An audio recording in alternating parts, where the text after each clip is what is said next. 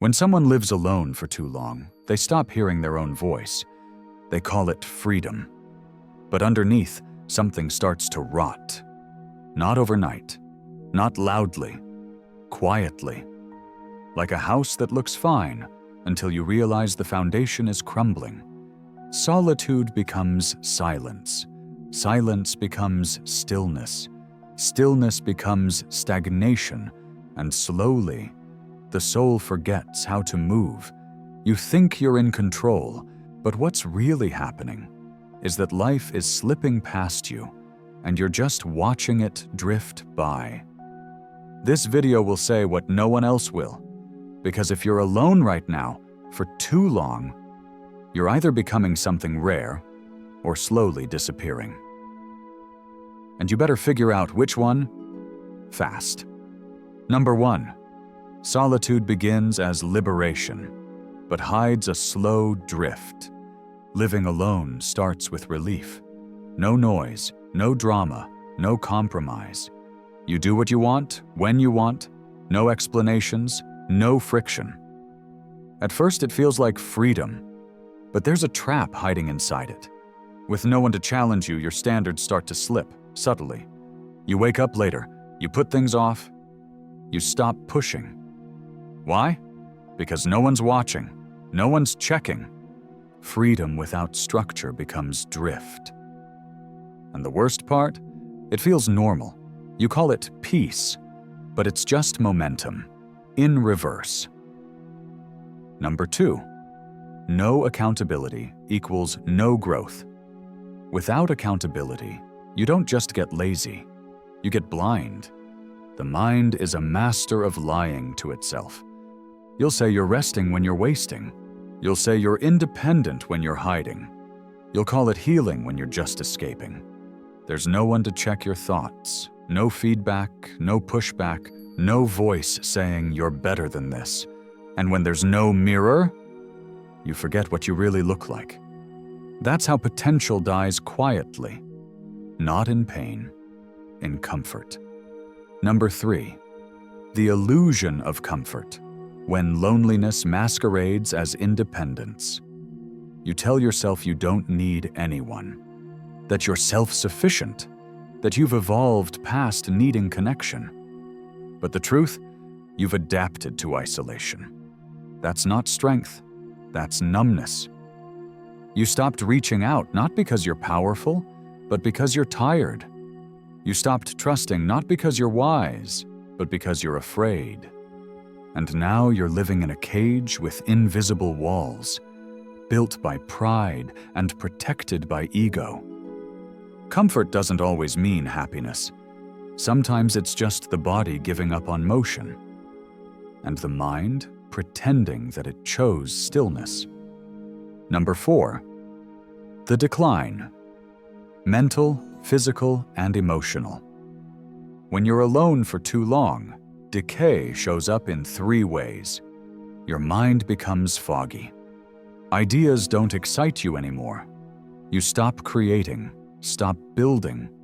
The fire dims. Your body starts slowing down. You eat what's easy, not what's needed. You sleep too much or not enough. You move less, and your energy drops with it. And emotionally, the worst part, you flatline. You stop feeling much at all. No high highs, no deep connection, just numbness. You're not broken. You're just unplugged from life, and it's killing you slowly. Number 5. Time starts to blur. Structure begins to fade. You don't know what day it is. Your sleep schedule becomes chaos. You have no rhythm, no pulse, no edge. Time slips. You miss deadlines. You push goals forward again and again. And then you justify it. When there's no external structure, you must become the structure. If you don't, you dissolve into nothing. Not all at once, but one skipped habit at a time.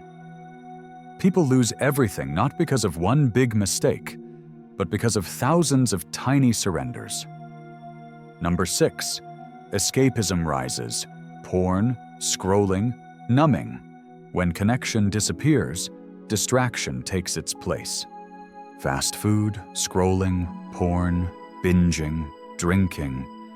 You know it's killing your mind, but it gives you a cheap version of the thing you crave. Feeling. It numbs you just enough to survive the day. Then tomorrow repeats. You're not lazy.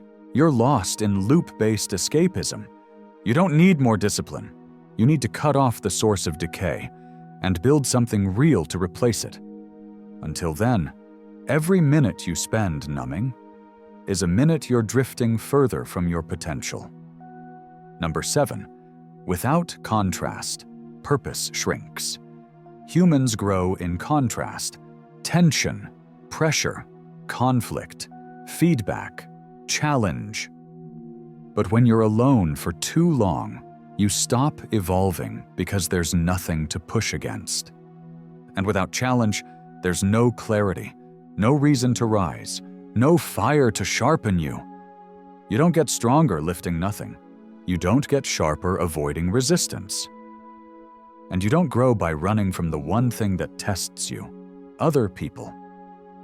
Isolation kills feedback.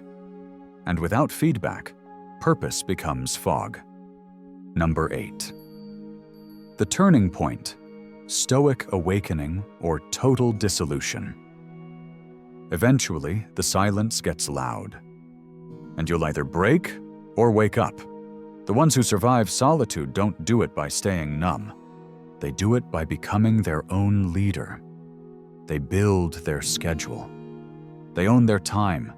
They set rules, and they keep them, not for a boss, not for a woman, not for approval, for their own sanity. Solitude is a test of sovereignty, and most people fail, not because they're weak, but because they never learned how to lead themselves. Final truth. Solitude can be a forge or a grave. Living alone is not the problem.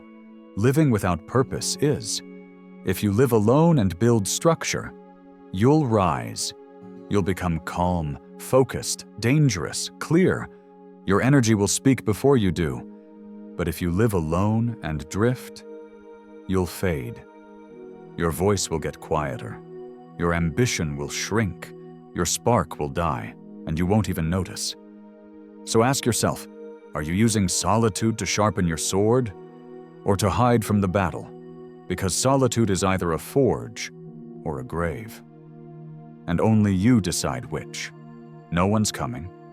No one's checking on you. No one's reminding you what time it is, what goals you set, or who you said you wanted to become.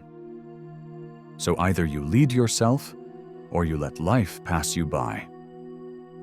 Solitude isn't weakness. It's a mirror. And that mirror reflects everything. You're not too far gone. You're not too late. But if you're still drifting, it's time to stop. Get back in control and build a rhythm that breaks the loop.